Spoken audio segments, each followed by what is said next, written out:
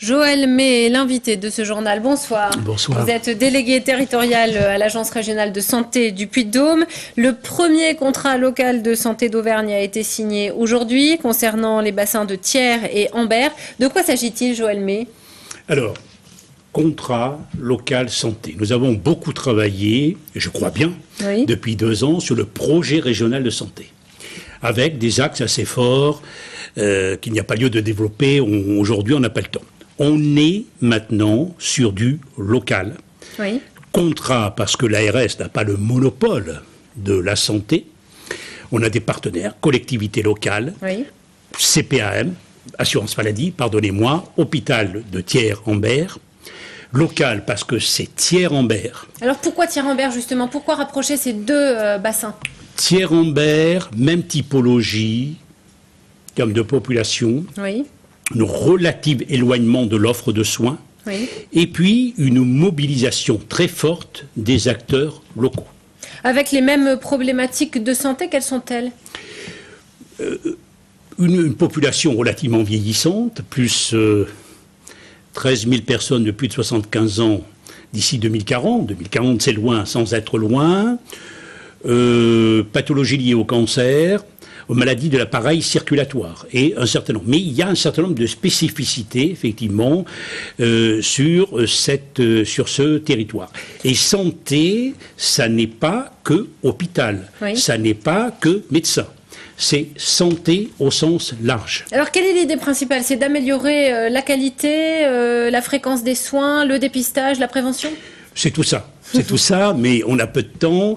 C'est de favoriser l'accès aux soins concrets. Alors, soins au sens large.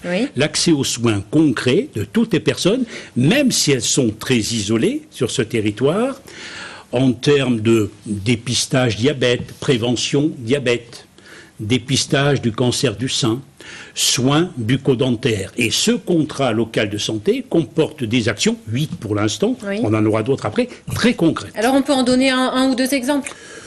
Sur le diabète, dépistage, accompagnement, dépistage du diabète, accompagnement des personnes touchées par le diabète.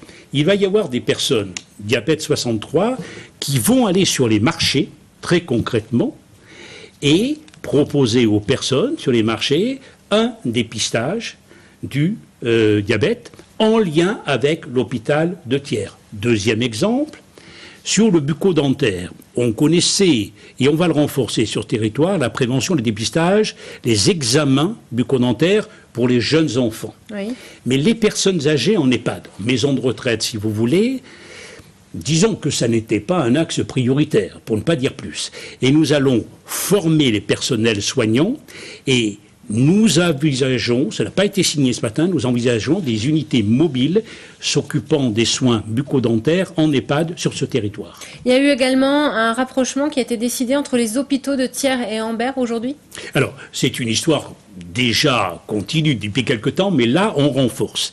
L'idée, chaque hôpital reste l'hôpital. Thiers reste Thiers, garde.